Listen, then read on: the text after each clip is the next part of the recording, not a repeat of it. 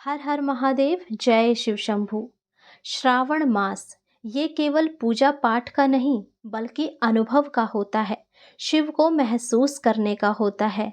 और जो कोई भी इस महीने में सच्चे मन से शिव जी को याद करता है, उनकी कथाएं सुनता है और मात्र एक लोटा जल उनको रोज अर्पित करता है, तो उसके जीवन से सारी समस्याएं समाप्त हो जाती है। श्रावण के इस पावन समय में हमने शुरू करी है श्रावण मास महात्म्य की कथाएं। 3 कथाएं हम डाल चुके हैं और आज बारी है चौथे दिन की चौथी कथा की। तो आइए सुनते हैं उस कथा को, जो बताती है कि जब भक्त सच्चे हो तो भगवान शिव स्वयं प्रकट होते हैं उनकी रक्षा के लिए। बहुत समय पहले की बात है। उज्जैनी नाम का एक नगर था, एक पवित्र नगरी, जहाँ के राजा थे चंद्रसेन। वो केवल एक राजा नहीं बल्कि शिवजी के अनन्य भक्त थे। उनकी दिनचर्या, उनका जीवन, उनका राजपाट, सब कुछ ओम नमः शिवाय में ही समर्पित था।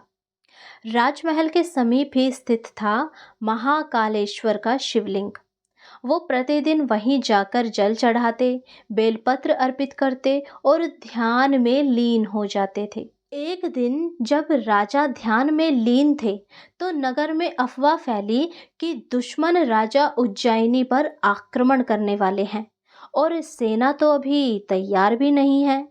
मंत्री दौड़े दौड़े आए। सेनापति घबराए हुए राजा के पास पहुंचे, पर राजा चंद्रसेन की आंखें बंद थी। चेहरे पर न भय न चिंता, केवल शिव का स्मरण। मंत्री बोले, महाराज, आप तो संकट के समय भी आंखें बंद किए बैठे हैं। राजा ने शांत स्वर में कहा, जिस शिव की शरण में मैं हूं, वहां भय की कोई जगह नहीं है। उसी समय पास के एक गांव से एक छोटा बालक मंदिर आया। नाम था नामदेव, एक गरीब ब्राह्मण का पुत्र। ना कोई अधिकार, ना कोई पद, बस भोलेपन से भरा एक हृदय। वह मंदिर में आया और राजा को ध्यान मग्न देख वहीं बैठ गया। उसने भी ओम नमः शिवाय बोलकर कुछ फूल शिवलिंग पर चढ़ा दिए। कुछ देर में वो पूरी श्रद्धा से वहीं बैठकर शिव स्तुति करने लगा। रात्रि हो चली थी। उधर शत्रु की सेना नगर की सीमा पर आ चुकी थी। राजा की ओर से कोई युद्ध की तैयारी नहीं थी। और तभी भयंकर गर्जना के साथ आकाश में बिजली कड़की। सारा नगर कांप उठा और फिर अचानक मंदिर में तेज प्रकाश फैला। शिवजी स्वयं प्रकट हुए, त्रिशूल हाथ में, गले में सर्प, मस्तक पर चंद्रमा और आंखों में दिव्य करुणा। भोलेनाथ बोले, हे चंद्रसेन, तेरी भक्ति ने मुझे बांध लिया है।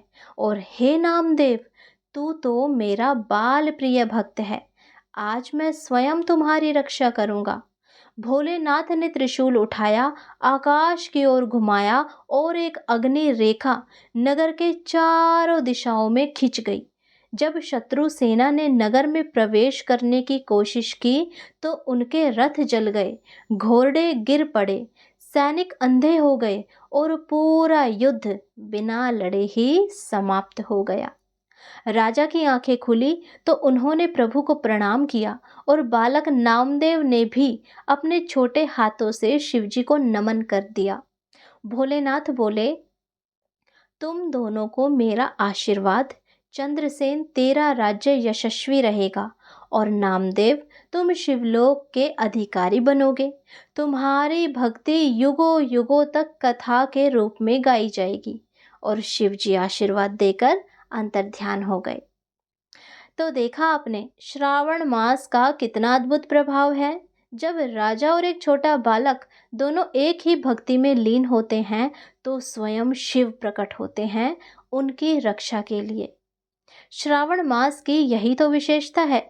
यहाँ पूजा के लिए उम्र नहीं देखी जाती, पद नहीं देखा जाता, बस भावनाएं देखी जाती है। और भगवान शिव भाव के भूखे हैं। अगर श्रद्धा सच्ची हो और दिल में ओम नमः शिवाय की गूंज हो, तो विपत्ति चाहे जितनी भी बड़ी हो, महादेव उसे राख में बदल देते हैं। तो आपको ये वीडियो कैसी लगी हमें कमेंट बॉक्स में ज़रूर बताइएगा। लाइक ज़रूर करिए, आपका एक लाइक हमें प्रोत्साहित करता है कि हम आपके लिए ऐसी सरल भाषा में कथाएं लेकर आते रहें। आगे की कथाओं के लिए जुड़ जाइए हमारे साथ इस शिव जी की भक्ति मार्ग में।